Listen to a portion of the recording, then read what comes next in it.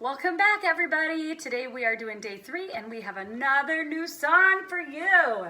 Today it is Octopus's Garden. This one's a little bit trickier.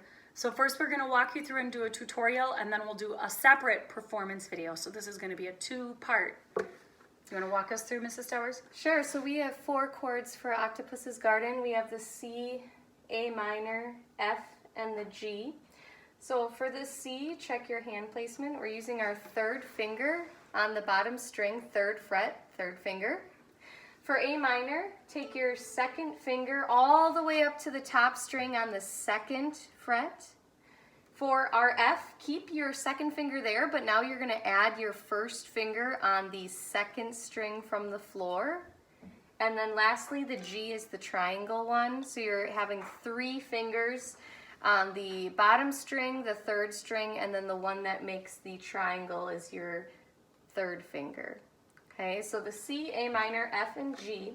This one's a little tricky because in the middle of the song, it does differ from the regular chord progression of C, A minor, F, G. It actually takes out the C and stays on A minor for 8 beats instead of 4 and 4. So we're going to walk through that. Mrs. Haynes is going to play the beat, and she's going to play 4 strums on each chord, and I'm going to play the strumming pattern. So depending on where you are at, you could try either one. So let's try that first, starting on C. 1, 2, 3, 4. C, A minor, F,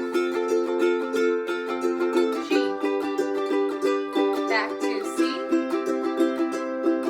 A minor, F, G, C, A minor, F,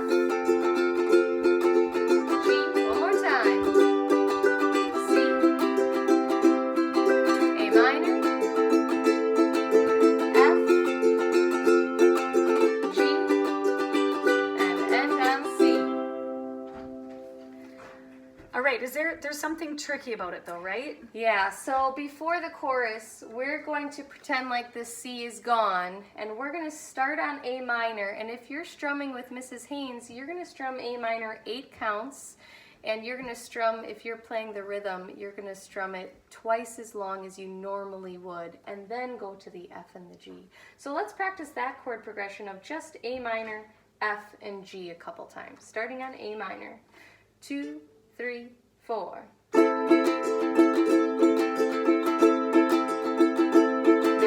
F and G. A minor, F,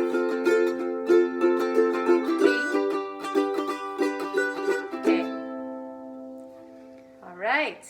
And if you feel like you're not sure what chord we're on, you can pause the video and look at our fingers.